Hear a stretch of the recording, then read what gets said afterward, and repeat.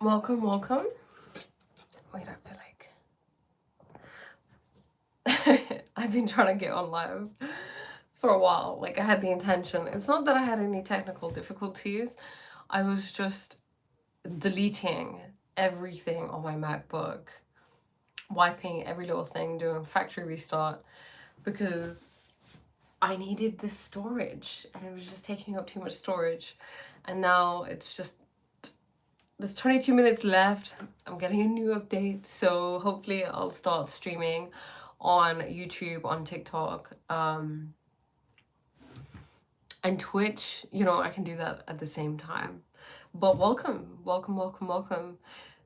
Today, I didn't really have anything planned, but there is something that I'm planning on doing. I'm thinking of creating a course, since you all know that I changed the name of my channel, and I feel like it's about oneness embodied, and oneness is the truth of life.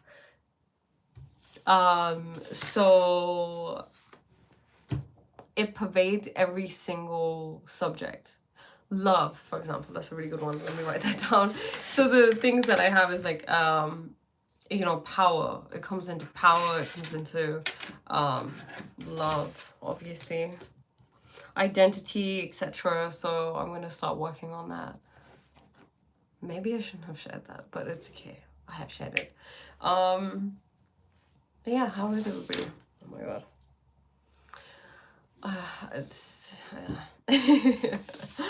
Okay. So today, what we can talk a little bit more about is power. I know last time we were speaking about power, right? And I didn't really get to speak about everything that we were I had planned. But your thoughts and the way you explain those thoughts are just so amazing. Thank you so much. Do you watch my channel? Because I feel like I haven't really explained anything yet. I'm like, what do I talk about? I don't usually plan these things. But if you have any questions about anything, please let me know. I find that it helps allow inspiration to flow. Speaking of which, something came to mind. Okay. So I was watching this video and there was this guy, right? His name is Satya. Satya Speaks. That's his YouTube. And he said something really cool. He said that desire is you telling life that it's wrong. Desire is you telling God, you're acting up right now. You should be doing this, but you're not doing that. I wanted this and you gave me this. What do you think you're doing? You think you're more intelligent than me? I know better than you. It's kind of like, I know obviously God isn't up there. Your content is so damn good. Thank you so much. Thank you. Thank you. Hey, from England to Ireland. Welcome. So yeah. And I just kept thinking about that sentence about desire, because desire is something that we learn about a lot, right? Like, for example, in Buddhism, they don't even keep long hair because they say that that signifies some sort of desire. And it's because a desire means that you don't already have what you want, right? If I desire, let's say I have this water bottle, but I desire a brand new water bottle, it means I don't have one. I'm feeling the lack of one. I'm feeling incomplete in my being. And I need that thing. And that thing is far away from me. And there's a separation. And it's this illusion of separation that is fueled by this idea of desire. But of course, desire is something that creates expansion, right? Creative expansion. So I don't know. He went on to say loads of wonderful things. For example, tell me that some say know yourself, but some say protect yourself. Okay, interesting. Thank you for that question.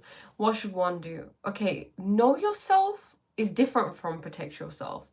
So know yourself, when people say know thyself, right? I guess that's what you're referring to. Know thyself isn't know what you like and what you don't like, or what your habits are, or your lifestyle, or things like this. When they say know thyself, they say know what your true nature is. when you ask the question, who am I? Which is a really, really important question to ask. Who are you? Are you your arm? Are you your leg? Are you your skin color? Are you your gender? Are you your sexual orientation? Are you your body?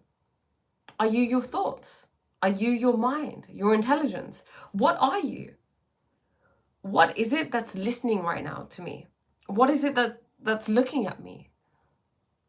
Because look, things like your identity, your age, your name, they form part of your ego, right?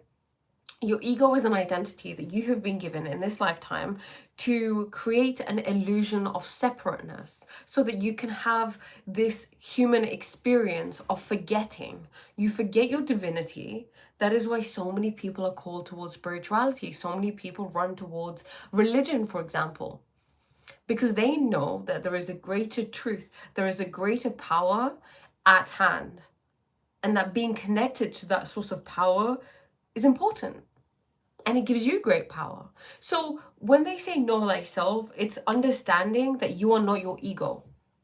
Like, for example, people always come on my live, right? And they say, where are you from? How old are you? Are you Indian? Do you live in England? Why do you have this accent? They're trying to figure out who this ego is. Who is this avatar that is presenting in front of YouTube, right? The live that I'm watching. Who is this girl? Who is this brown looking girl with a dot on her forehead speaking about things? You know, I mean, you may or may not be thinking that. Like I said, you may be thinking it. It's because you see a girl, right? You see a woman who's speaking about something. So is that all I am? Am I just Priya, who lives in England, who goes on YouTube Live talking about spiritual things? Is that who I am? If we remove these things, would I cease to be? Science tells us that everything is energy, right? We're energy. I'm energy, you're energy. So energy can never be created and it can never be destroyed. That's one of the rules of physics, right? So if energy can never be destroyed, that means there's something within me that can never be destroyed. And what spirituality is about, it's talking about the thing within you that cannot be destroyed. And even that whole sentence, the thing within you. Who is the you? When we're saying the thing within you, are we referring, is the you the body? Like, these are kind of, it can be kind of complicated, you know, but like kind of just, contemplate it. The thing is, for some people here, right, the truth lands because the truth is felt. The truth is experienced. You can't think about the truth as much as you, like, it's more of a feeling experience. This is why some people stay here. They're like, you know, it may not make much sense logically, like, but it feels true. It's because we all understand subconsciously that we are energy. Look at the language we use. I don't like the vibe of that person. I like the vibe of that person. What does that mean? What is vibe? Vibe is vibration, right? That person drains me. Oh, when I'm with that person brings me full of, makes me feel full of energy. See, like, for example, here we have someone who just doesn't get it. And that's okay. Not everybody's here to get it, you know? So when you question who you really are, that's when you know, that's being on the path to know thyself. Because what you realize, like I said, is you are not the ego. I am not not Priya. I am not Indian. I don't live in England. Do you know what I'm saying? These things are not me. Does that make sense? So protect yourself is protecting your energy, I'm guessing. Hey, Michael. Welcome. Welcome. Are your initials MT? Are they? If I'm an alien made of antimatter and we touch, will be just okay, nice.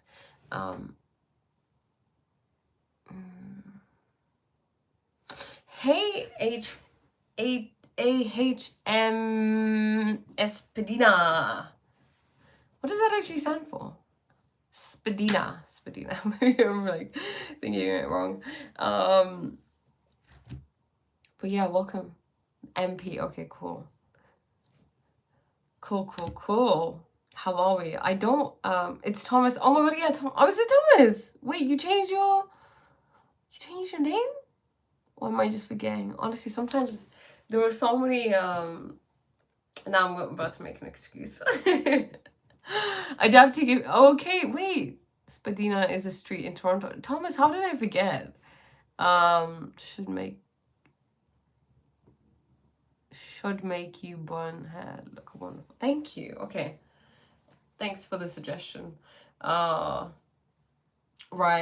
Different name depending on phone or laptop. I didn't know that. Maybe it's, I don't know. For some reason I had you, it was Adaptive Healing, wasn't it? That was your name before. It's okay. At least I know now. But yeah, how are you? Oh my god. I'm not taking suggestions for hairstyles at the moment. We'll leave it, okay? But yeah, you know, I was discussing know thyself and what that actually means. I mean, people like, for example, Plato, right? He said know thyself. The Romans, they spoke a lot about know thyself. And I think people get confused at what that means. Like, for example, HM is adaptive healing medicine. All right, okay, thank you. Yay. You know, sometimes my memory is on point. I can remember, okay, now I'm about to show off. It's my ego, it's just coming out. It's like, oh yeah. Okay, but thank you. Okay. What was I talking about? Know thyself, yes. Expand on your energy views. Okay. Well, everything is energy, right? I mean, like I said, are you talking about the language we use subconsciously? It has a lot to do with energy. Like I said, vibes equals vibration. Who even knew that? But that's such a thing, right? Like, oh my god, that person has bad vibes. This person has really good vibes. This person has really weird vibes. It's because you're an energetic being. And like I said, spirituality is about understanding that you are spirit before you are, you know, let's throw that out actually. Your spirit before you are mind, like your, you know, your brain and your thinking. And oh my god, what's happening here? Okay, I'm gonna be writing backwards. So first you are, so it would be this way. Okay, look, you are spirit first, then you are body and mind. Okay, well, you're not really these things. Your spirit is just expressing through these things. So this is who you are. Who you are. Okay. There we go. Spirit. That's who you are.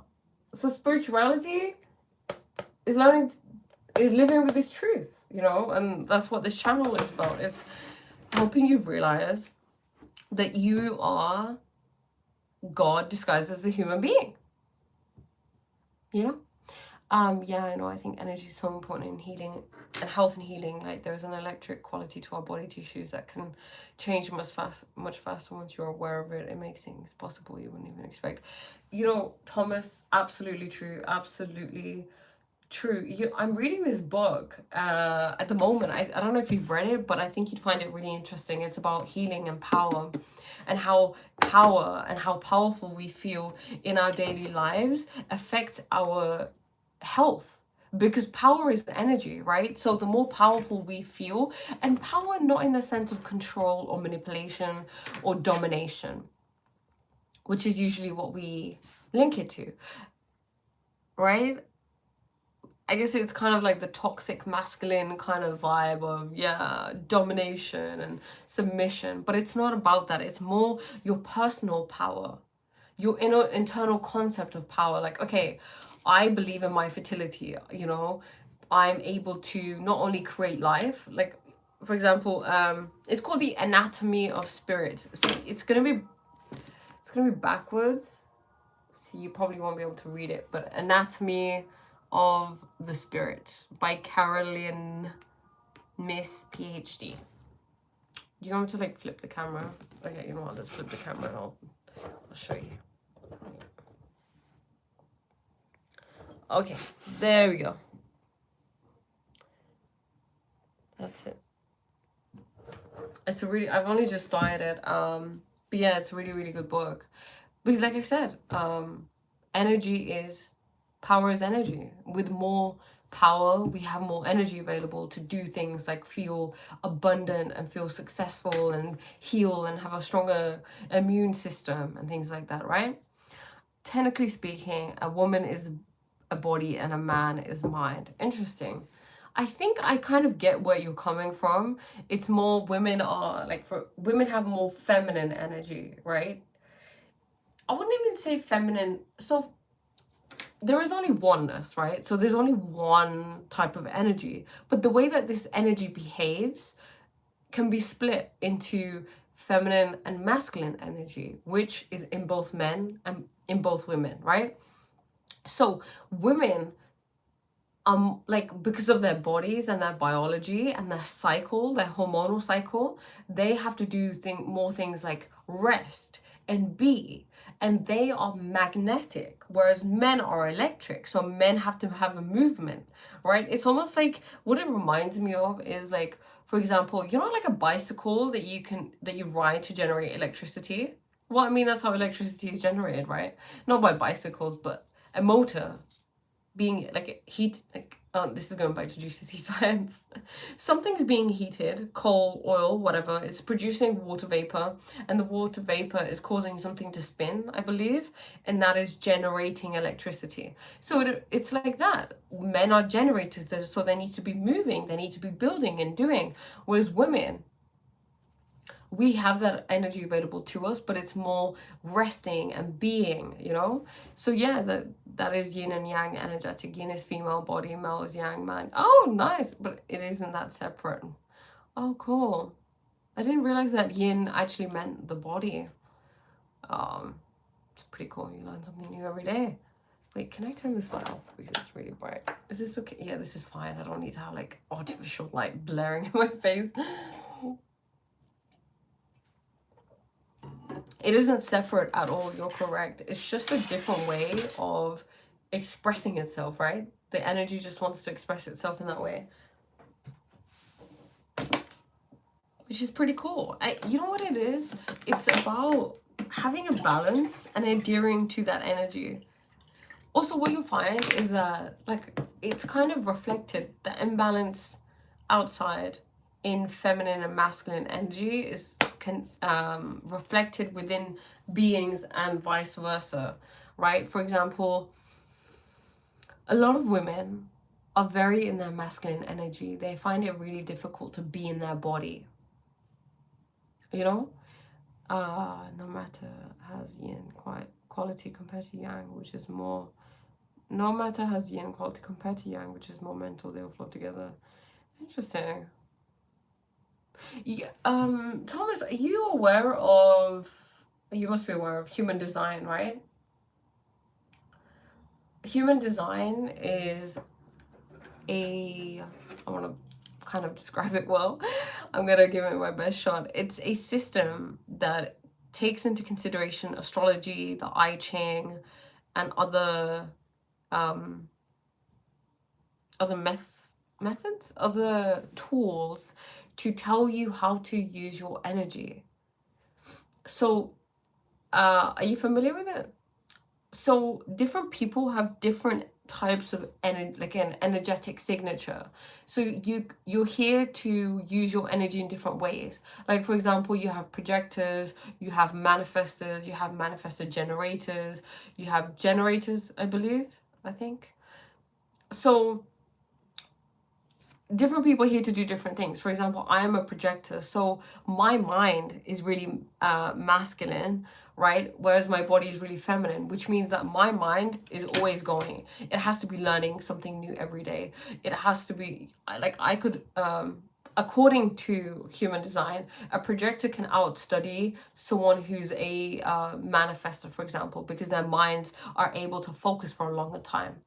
Whereas my body, I need more rest, you know? Whereas, for example, a manifestor generator has more energy available to them in their body, so they're able to perform more, whereas they may not be able to study or stay focused for as long on something mental. So it says that like for example with a projector, I'm not here for my manual labor, you know? I'm more here to share my insights. I guess that's why what I do here is, you know, it makes sense. Makes sense. There's lots of things that they go into human design. How you should eat. Should you eat in silence? Should you eat alone? What kind of like loads. It goes into depth about everything in your life. And a lot of people really like it. I like it. I haven't heard this way of describing people, but there is certainly something to what you were saying regarding how energy manifests in different people. It's true, you know why? Because not everybody is capable of doing the same things. Like, for example, my twin sister and I, we're both projectors, and my brother is a projector, but he's young and he's a boy, so they have a lot of energy at this point. But yeah, like me and my twin sister compared to my other two sisters, they have so much energy. They can just go, go, go, go, go. They can pull all-nighters and they're fine. Whereas I could never do that. I have to sleep. I have to have time in nature. I have to be alone to recharge, you know? So everybody's built differently, right? Like this body is different for everybody. But I would really say check it out. It'll be really interesting to see what you are and how that affects your life. It is separable, not necessarily separate. That makes sense. It's all one, just appearing. It's like a spectrum, right? They're just on different ends of the spectrum. Not really separate, but separable. We'll go with that. But yeah. So in terms of power, right? There's this idea of creative consciousness. So like I said, when you understand I do healing and body work because I want to work with my body and combining mental with physical. You know, I love that you do that because I recently read something and I'm really recently acknowledging that you must listen to the body. The body doesn't lie. It's very difficult for body and your energy to lie, right? Which are the same thing, because your subconscious mind is actually within your body, which means God is within the body, you know? So a lot of people live up here, right? From the neck up. Everything's to do with the mind. They forget the intelligence of the heart, which is incredibly intelligent, probably the most intelligent organ that we have. And then your gut, which is also a brain, right? So yeah, the body is where we should be listening, but we don't. How often do we actually listen to the body? Okay, I'm gonna change that story. I listen to my body, okay? I do. I think I manifest too much. I was telling too much. I was telling my mom a week ago that there was going to be an accident soon. This morning a car went off the road to avoid hitting another car, flipping 3 times into my yard. Interesting, Kat heard that. See, it sounds like precognition, you know, more so than you call that in, but it's the mind creates reality, so it's like you did call that in, the creator within you. So not you, but like the consciousness that which you are. Does that make sense? So it wasn't necessarily you told him and that's why it happened, but it already had happened and you had seen that it was going to happen, because time and space are kind of an illusion, you know? They don't actually exist. Does that make sense? So you have psychic abilities, which is pretty cool. Wait, twin sister, so other days when Priya says no, you go deal with the YouTube chat. No, Mike, they're on. I'm fine with it, honestly. It doesn't, like, what, the live chat? I find it amusing, to be honest, most of the time. Yeah. An idea for you, prayer. In osteopathy, we learn to work with the power of the body, but never to use force, which goes against its natural power. To tie it back to your idea of healthy power. Wow. Okay.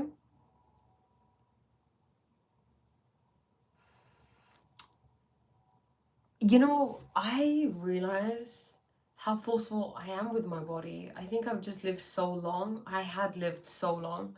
And like I say, I find, okay, so the reason I'm being like this is because I was going to say something about the past, right? About how I used to be.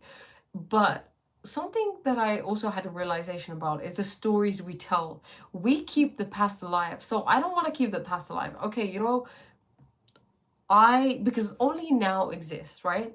There is only now. And the past are like energetic frames. So every time you think about a past story, a past event, what you're doing is you're funneling your energy back to the past, and you're making the frame bigger and bigger, and you're giving it more energy, and it's continuing to live within you for no reason, rent free. So yeah, like let me ask you all a question. This is a question I asked someone. Would you say that you are, like, do you talk more about the present, the past, or the future? Like, where are you? Because I think it shows you where you're at. I realize I'm always mostly talking about the past. Oh, when I was a kid, I did this. Oh, when this, I used to do this. I used to be this. You know? And like I said, you're keeping those things alive. And I don't want to keep that alive. So I'm going to let it go. We're not going to discuss it. But yeah, let me know. What do you think about that?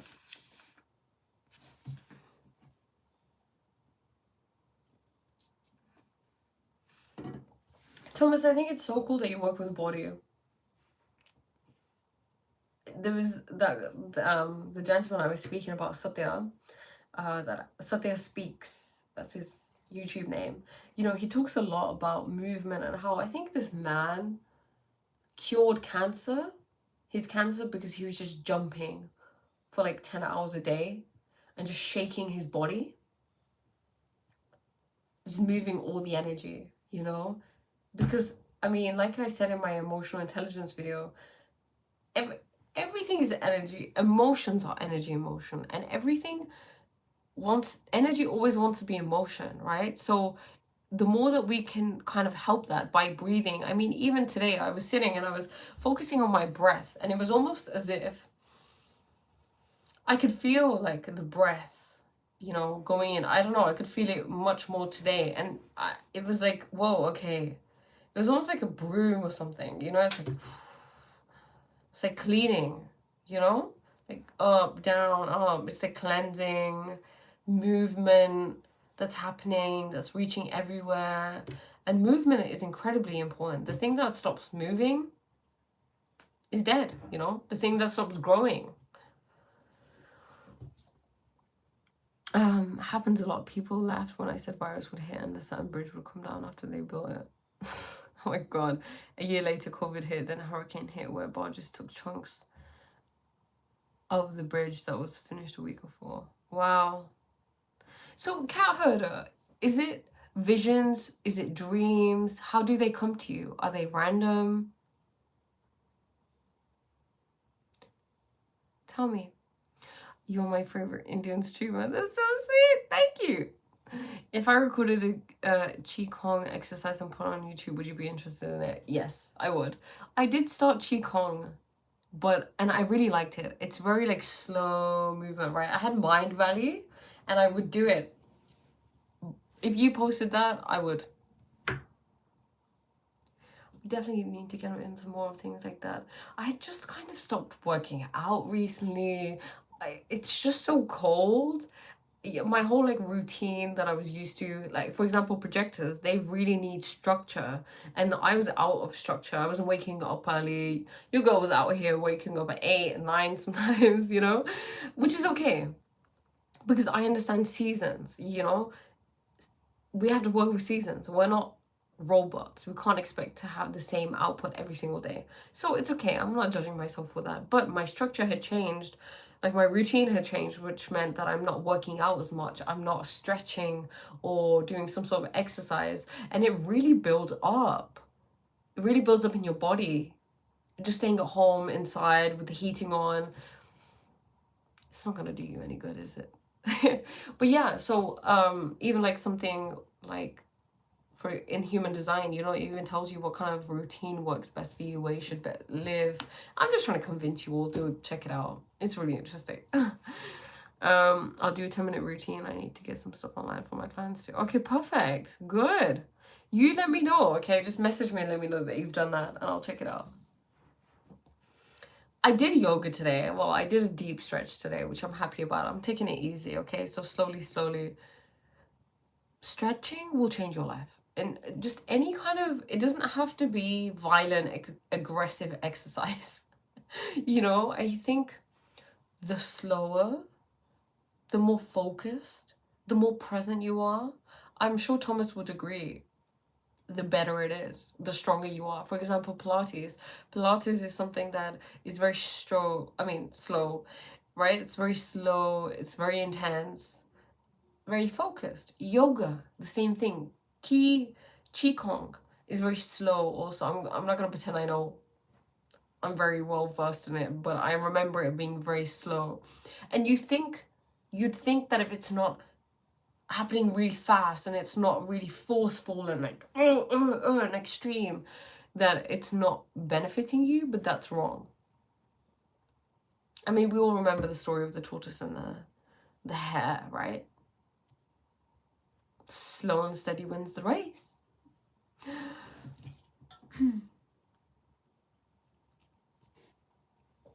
I've even noticed sometimes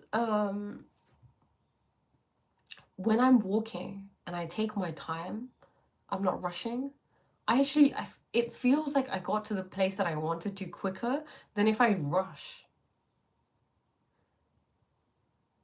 When we're rushing, we're activating the nervous system. And what you have to understand is that there is only mind, right? There is no physical reality. So, and also time is an illusion. And if you're gonna be late, just be late. Why are you gonna stress your body out and get there? You just rushed, you're really stressed. And then what? What's gonna happen? It's already done. You just accept it. Accept the fate of God, you know? Maybe it happened for a reason. It's the burnt toast theory. That's where, you know, it says that, oh, if you burn your toast, I think it is something to, the idea is, if you burn your toast, it's happening for a reason, because maybe it's preventing you from something. So whenever people tell me something like, oh, this happened, like for example, recently someone told me they were trying to book a holiday and it didn't work because they weren't able to book it. You know, I don't think, oh my God, no, you're so unlucky. I think, oh, okay, cool. Life is protecting you, because it's the perception you have, right? Is life working with me or against me? Is this intelligence that is at play right now working with me or not? You know, I read somewhere in a book that people will continue to suffer as long as they identify with the mind. As long as you identify with the ego, you will always suffer. You will never ever know true peace. Which is pretty interesting. Oh, okay, right. My laptop is set up. Like I said, I actually reset the whole thing. Oh my God. Wait, to set up. Is it done? What's up? Continue. Agree. I agree. Continue. Okay, wait. My brother is my IT technician, by the way. Okay. Nice dance moves. Thanks. I'm kidding. Dance can be anything, okay? Side note. Everybody can dance. Everybody can sing. Why is it that we have professionalized these things, so we think that only professionals can dance and only professionals should sing? Well, you all have the ability to dance and sing, and our ancestors used to do this, tribes do this. It keeps you connected, it keeps you in your body, you know, it's an expression of life, so it's important. Yeah, okay. If I told you the other times, you'd be like, what the fuck? Sometimes comes out in anger, being silly, relaxed, stressed, random stuff that just makes sense. Sometimes happens fast, sometimes it takes time. Interesting. I love that. It's so cool. Life is so wonderful, you know? Magical, magical. Can money bring happiness? Everyone keeps asking. Okay, love that. When you believe that money can bring you happiness, you are giving your power away. It's a power symbol, okay? Because it's not the money, it's the thing money represents. So if in your mind you've made the association between money and happiness, then you will think that, oh, I can only be happy when I have money. But then it's like, okay, how much money? What number of money? Because usually what happens is people say, oh, if I had I don't know, 1 million, I'd be happy. All right, cool. I have 1 million. Oh, if I had like 2 million, I'd be happy. If I had like 5 million, I'd be happy. If I had 10, I'd be happy. If I had 1 billion now, only then can I be happy. And also think about it this way. Are all millionaires or people who have money happy? And happiness. What is happiness? Happiness is an emotion, right? And emotions are like waves. They're like boop, boop, boop, boop, boop. That's life, you know? So happiness is very fleeting. So the need to want to hold on to happiness, right? You're putting happiness outside of you. You're saying it's outside of me and it's dressed up in money and that's what it looks like. So you're here and it's always out of your reach. But if you're just, I think what you mean is contentment, fulfillment. We want to feel that. And it's not outside of you. It already exists within you. For example, enlightened beings, you know, like Vinay has mentioned, all enlightened beings suffered in their life. That's how they made the history. It's true. So enlightened beings, they usually, like, they don't value things outside of them so much. You know what it is? I would just watch this video today. So what's happened is that the system that is at play right now, the system that conditioned you when you were in school using bells like your Pavlov's dog, you know, in classical conditioning, Pavlov, he experimented on dogs with bells. Yeah, that's what happens to you in school. They tell you when you can speak, when you can go to the bathroom, how you should be. They're conditioning you. Then you go to work and then the same thing happens there, you know? And you're being trained to be a slave your whole entire life, from childhood to adulthood. Your parents only think you're a good child if you're obedient, if you're convenient, if you're a silent child who doesn't cry much. Oh, you're a wonderful child. My child is so wonderful. It doesn't cry. It just listens to everything I say. It doesn't rebel. It doesn't do anything like that. That's called a good child. You're a good student. You listen. You're obedient. You don't get in trouble. You don't question the system. You go to work. You're a good employee. You do everything that you're asked for. You don't speak out. You don't speak back. You don't ask for too much. You know? You're a slave. And then the way to keep you in this slavery is to give you consumerism. So consumerism is like, look, the way that you can be happy is by buying all these things. To buy all these things, you need money. To make money, you need to feed the system. You need to feed this machine. You need to be a cog in this machine. And then you have a whole society of people who are just rats in a system. In a rat race, working as slaves, thinking that they have freedom when they have none. But you're never really doing what you actually want, right? You're too scared. Not everybody, but sometimes. Money truly brings you happiness. Interesting. See, okay, so what about when money's taken away from you? Anything could happen. You could go bankrupt, you could lose your house, someone could steal from you. God could just take it away like that. What then? What then? Are you going to be sad? The thing is, what you do is when you're like, oh, I have to have that. I have to have money, power, status, a son, a daughter, a husband, a wife, whatever it is. These are power symbols. If I have to have something outside of me to make me feel good, then you're powerless. You've given your power away. You're a weak individual. Because it's about identity. There are people who were rich, right? Who had lots. They had everything, businesses, whatever. They lose their businesses, but they make them back. You know why? Because abundance is within their being. It's their identity. To be abundant, it's a mindset. And they can get their wealth back like this because they have the mindset. For example, let me tell you a story. There was this guy, right? He was building this company. And his company was really successful. He was making so much money. It was growing at a really fast rate. He was able to be at work with lots of energy, working, you know, really long hours. Then he would be going out, socializing, Leia and I.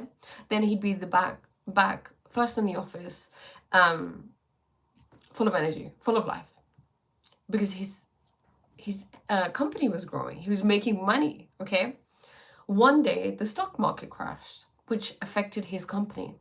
He immediately became, well, soon after, you know, very soon after, he became ill.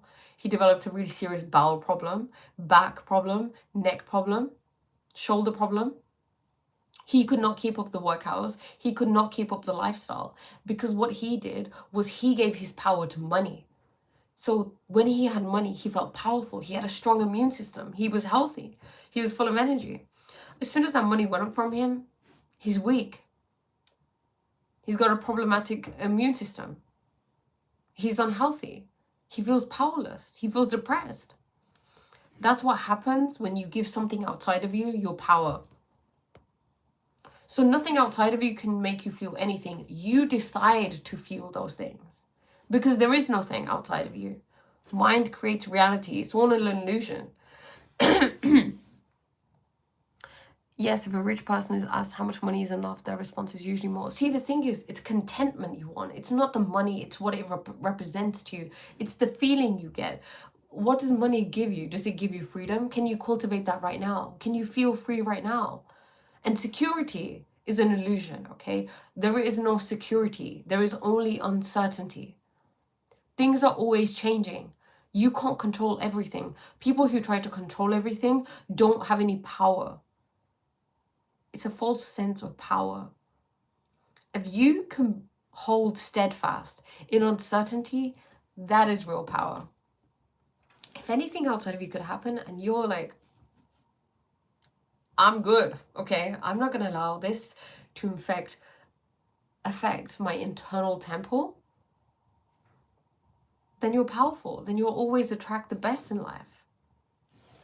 Don't chase, you know, it's about attracting. When you have the power within you, you attract things to you. Buddha was rich, but he left all the things and he became poor and chose to suffer because he wanted to see how poor suffering live their lives. It's true. You know, the thing is, it's suffering everybody experiences pain. Pain is emotions being felt, okay? Suffering is refusing to feel those things. Hardships are important. I am so grateful for the hardships I've experienced in my life. I'm incredibly grateful because without them, I wouldn't be here. I'm a sword that was sharpened by another sword, okay? So hardships why are you running away from them? In life, don't run away from anything. Be grateful for it. Like I said earlier about desires. Having desires, right, is you telling God you're not doing a good enough job. And who are you? Who are you to tell God that God isn't doing a good enough job, you know?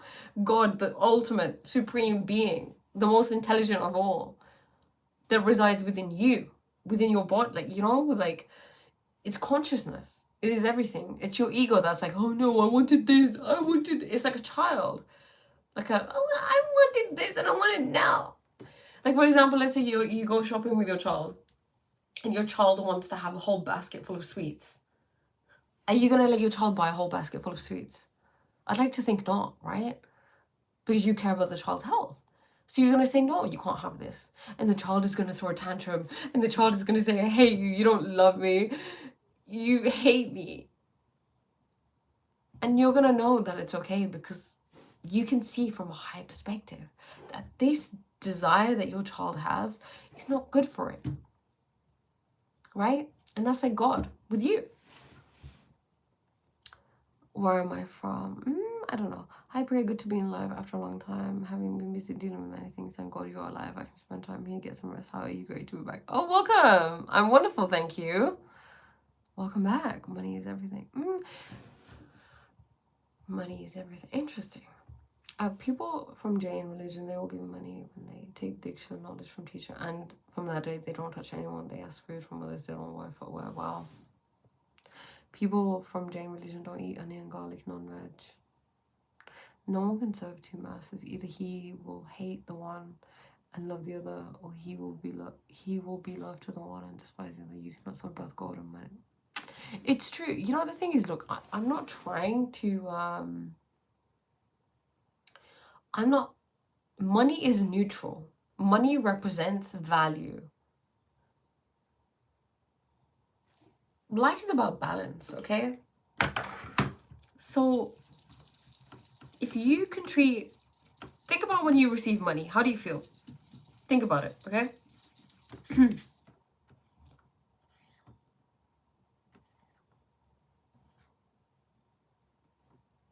know if you can see this.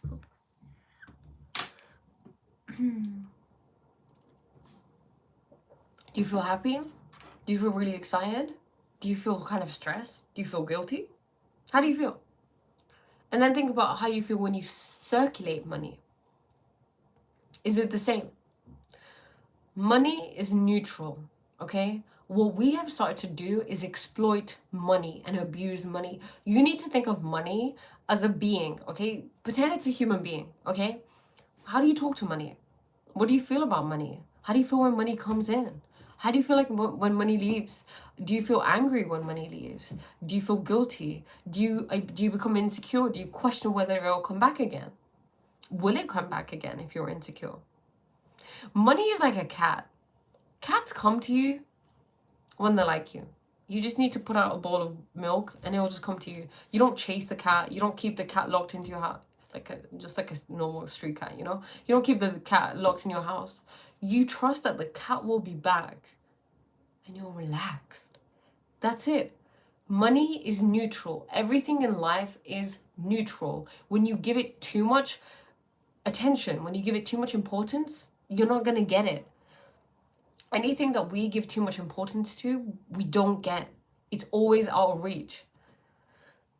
That's why they say, don't chase. The thing you give too much importance to, you're chasing. Attract. Be neutral. Equanimity. I love that word. Look, these are scales, okay? So if money is here, right? It's gonna look, I don't know why I'm putting dollars. Okay, it's backwards. Wait. There we go. Money's there. Look, you think money is super important. Well, life works with balance. So life is gonna go boop. No money. So it just reminded me, there's something that I used to talk about systems and balances. So if you really like one thing, it comes back to this book that I read actually about shadow self, right? What existential kink, okay? You love the things that you are suffering from. Because as a human, in this life, you only receive and experience that which you want. And that's going to sound wild, okay? You're going to be like, I don't want to be cheated on. I don't want to be broke. I don't want to have to struggle. I don't want to suffer. I don't want parents that nag me. I don't want this. I don't want that. But you do want it, but you want it subconsciously. You know why? Because mind creates reality. Everything you have, you pulled in. So there's a part of you that wanted it. So when you give too much value and too much importance to money, what happens is you attract the opposite of it, which is a lack of money. Because when you look at rich people, okay, rich people, when they spend money, when they circulate money, they don't care. They're just like, oh, okay, cool. 30,000, okay, cool, here, there you go. 100,000, all right, cool, here you go. Whereas other people are like, what, £2? £2 for this? It was just $1.99 yesterday. I can't pay £2. Please, come on. It really hurts me, okay? You see? It's a mindset. It's your nervous system kind of issue. So in an existential kink, what she spoke about was that if you can be happy with both sides, right? If you love money, make friends with the idea of being broke. Can you be okay being broke? If you can accept being broke and even find gratitude in that moment, money will find you very easily. Because you don't feel like there's no emotional attachment to it. Does that make sense? Like, for example, addicts. There's a huge emotional need that is being fulfilled by that addiction, right? And they love and hate the very same thing. I don't know. But yeah, it's not the thing, it's how you feel about it. And you don't necessarily have to feel aversion or attraction to that thing. It can just be a tool that you use to do good in the world. Like your social media, that's a tool. Food is a tool, you know? Money is a tool. Your status is a tool. Your job is a tool. It's something that is giving you something. Don't attach to it. It's this whole idea of forcefulness. Forcefulness is not the one. What do you think about people who don't believe in God and religion? What do I think about them? See, the initial thing that I was going to say is that they are lost. But who am I to say that? I don't know. They could be fine, you know? They don't have to, maybe it's, well, the thing is, okay, there are infinite ways to his and her abode, okay, to God's home. Infinite ways. And it doesn't have to be through religion.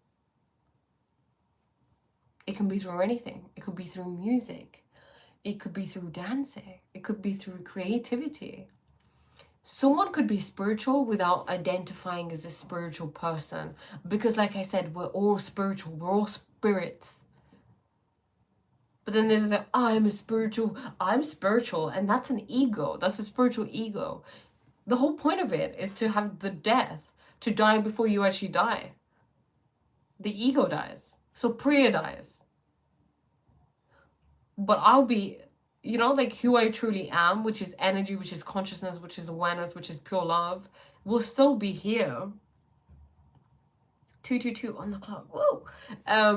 But it's this idea of who is Priya, where does she live, what does she like, what does she dislike, that won't exist, you know? Does that make sense?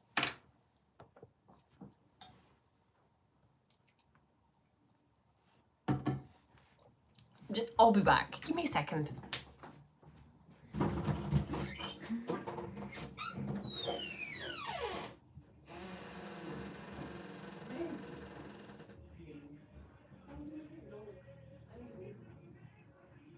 Are you ready to book soon? Huh? What time is it? Huh? What time is it? 3?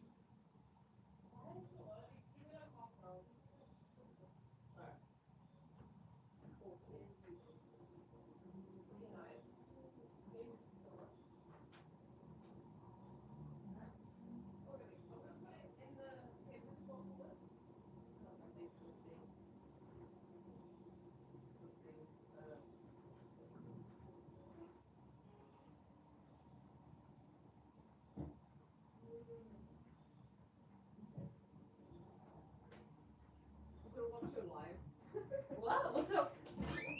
Oh, you're gonna watch it. Okay, cool. I'm back. Okay, great example. Thank you. Yeah, BP, what do you believe in? I think, like I said, it doesn't have to be like a conscious thing that I believe, but I think it could just be the way that you live your life, you know? You may not have ever worded these concepts or thought about these concepts, but you're just expressing them and just being. Does that make sense? It doesn't have to be like a thing. And also, look, religion is like a plane, right? Let's say you want to go to India. You get on a plane. The destination is India. You eventually get off the plane to go explore India. You're not going to stay on the plane and say, this is the plane that got me. This is the plane that got me to India. I love the plane. I'm going to stay on the plane forever. Right? You're going to get off the plane and you're going to go travel India because that's the destination. So religion is a plane, okay? It gets you to the destination, which is God, the God within you. Get off the plane. The people who have reached the destination, religion falls away. You don't need to identify with any religion because that is identifying with an identity. And the whole point of being one with God is losing the identity, losing the idea of separation until there is only God. When I look for you, what is it? There's a saying, it's like, when I look for you, only you exist. When I look for my, wait, when I,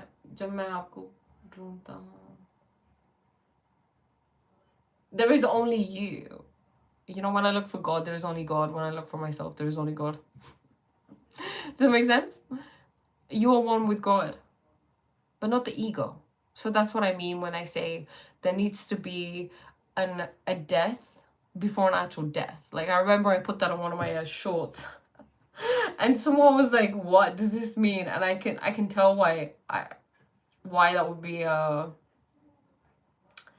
kind of confusing to people who just don't get what I'm talking about. I'm talking about the ego death, you know?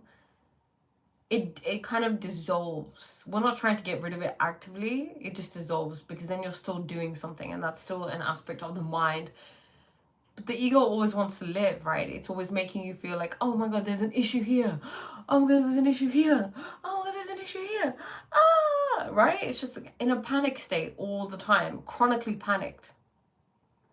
This is why people who are one with God, they get rid of that and they're just in peace and bliss at all times. And you don't need anything outside of you for that because everything exists within you, within consciousness. Consciousness is the space in which your body is appearing, your thoughts are appearing, your mind is appearing. Does that make sense? Your feelings appear. Consciousness is everything. It's the primordial substance.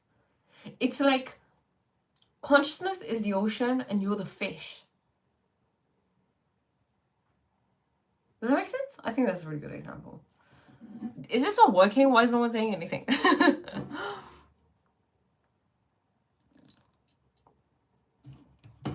No one has any questions? No? We're good? Shall I go? Okay. I believe a little, but I am moving slowly towards atheism. Interesting. Okay. Why are you moving towards atheism? So you believe that there is no God. There is nothing. There's no intelligence? How did you get from being a baby to the age that you are now? How did your parents grow from babies to adults? Who is pumping blood around their body? Who is healing them? What is healing them? Who are they? Who are you? You know, it's really interesting. My brother always says he's an atheist and he doesn't believe in God. And then I have to ask him, okay, what do you think God is? Is God some white man in the sky with a beard? I don't know why he's white. I don't know why he's in the sky. And I guess Christianity. And I don't know why he has a beard. But apparently that's him. And he's really scary. And he's narcissistic. And he has a really weak ego. And he needs soothing at all times. That's the God that has been presented to you. So I get it. I get why people would veer away from the idea of God. But change it to whatever you want to help you kind of understand it, you know? Friend, BP, are you a Christian? I understand because sometimes Christians themselves can push other Christians away.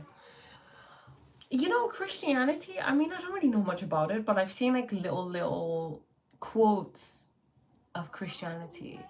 And Jesus was really there to tell you that you can be like him. It's the Christ self within you that you can access. Everybody can access. The Christ self is synonymous with finding God, becoming one with God. And that's what Jesus was. He was an enlightened master who was one with God. And he said, you can have that too. You can do that too. You know, it's not, it already exists. You know, someone said to me, they said, how do you practice oneness? And I said, look, it's not really something that I practice or I do. It's more removing things that stand in the way of my being one with the oneness. Does that make sense? If a man could be seen dead on a cross and then buried and then seen alive with over 500 witnesses, then I believe that man is credible. He is credible. That's the thing. He is credible. But it's like, do you even understand what he was saying? What was he teaching? Did he say worship me at any point? It's like this whole like Indian vibe thing, you know? Like in India, there's this movie that they made about religion, and there was this guy who was fighting a court case against all the religions because he suffered a personal loss, and the insurance wouldn't pay out because they said it's an act of nature, i.e. God. And he said, all right, cool, God owes me money then. Then he said, I'm going to go to every religion, right? A religious institution, the mosque, the temple, the Gurdwara, and I want these people to pay for the damage caused because it was God who did it and they represent God. And then what happened was he won the court case, and then people started worshipping him as God. But that's giving your power away. That's the real sin. The externalization of God. You think that the path to God is, the person standing in the way is the priest, the Granthi, the Molvi. But it's not. You can access God within yourself because God already exists. It's who you are. You know?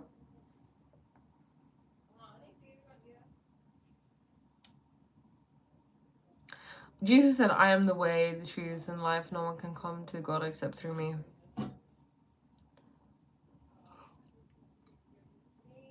The thing is, look, what Jesus said and how it's deciphered is very different. It's very symbolic. He didn't mean, I'm pretty sure he didn't mean worship me.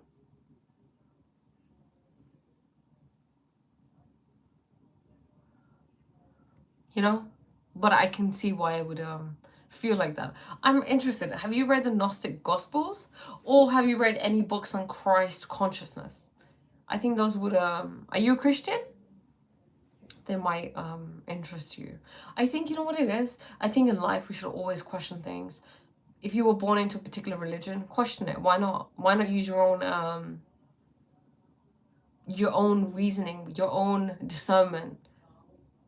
See what feels true to you. Don't just accept what's given to you. That's what we do. That's what we're built to do, right? Like I was speaking about the conditioning earlier. From a child, you are conditioned by your parents.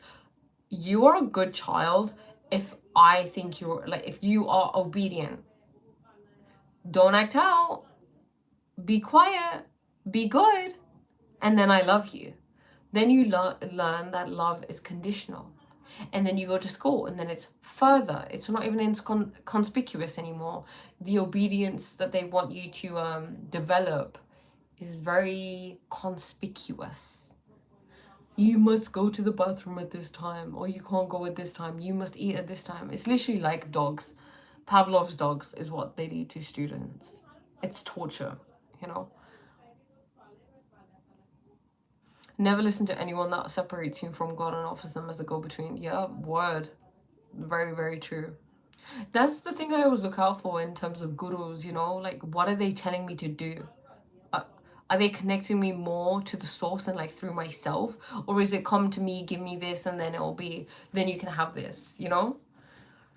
Jehovah Shammah means God who's there, God is with us. So it's kind of the same thing across all realms. It is. You know, I've been reading this book called Bulleh Shah, right? Bulleh Shah Ji was a mystic, okay? He was someone who was around in the 1400s, and he was an enlightened being. He was always kind of on this, you know, kind of meditation, bhakti, devotional path.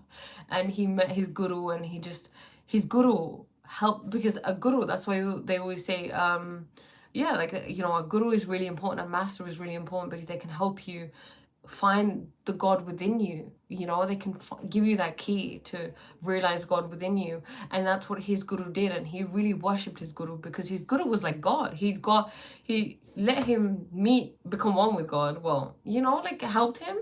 And he was God himself. So he had this like beautiful love for God. And he speaks so much in his book about God and how God is like a playful thief, the beloved thief who just hides, and, you know, he's there 1 minute and he's not, and he exists in the murderer and the murdered, and the believer and the non-believer, and the atheist and the Hindu and the Sikh and the Muslim, because God just wants to play. You ask me the purpose of life. The purpose of life is just to live. That's it. To play and to live. That is it. Okay? That is it. To allow the divine to just work through. That's the purpose. The thing is, when you think of what's the purpose of my life, you're saying, what is the purpose of my ego? What is the purpose of this personality? But what you'll eventually get to is, okay, what is the divine wanting to do through me? What greater purpose can I serve to the divine? You know? But there should be some rules that need to be followed. We can't do whatever we feel. Why not? It's not whatever you feel. Well, it's being moved by life force energy, you know, doing what you feel inspired to do, not just doing what other people tell you to do. It's more like, or doing what you think you should do. It's, what do you feel inspired to, what feels good to do? And not good isn't like, oh, it feels really, you know, I think it feels really good to smoke a cigarette right now, to have a glass of wine. I'm not talking about that kind of good, but like, what feels authentic to me? What does my soul want to do? What does my body need right now? Like that. Ah, okay, so guru who asks you to bring them things and offering is the same as the televangelist here.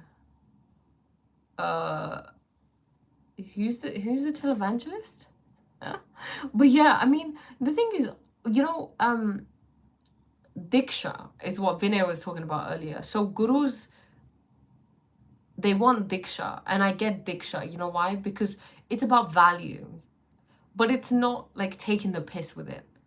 For example, let's say you go to a guru, right, and they help you, like Guru Pashupati, the guru I really liked. You know, he always spoke about this, and he said, people ask me, why do I charge for courses, or why do I charge for this, or why do I take Diksha? But it's an energetic exchange. There's karma you build up if you don't do that. So if someone gives you something of value, it's good to like kind of balance that. Does that make sense? Well, is televangelist someone who's televangelist?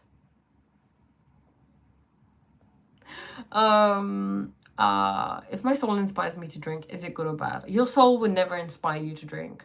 And if it does, maybe it's like as a medicine, because alcohol can be medicinal. But I don't know. If it's bad as a medicine, maybe, I don't know. It could help you. They are constantly asking for money here, Priya, televangelist. Who? Where? What are we talking about? The TV preachers of the gospel. Oh, right, okay. Interesting.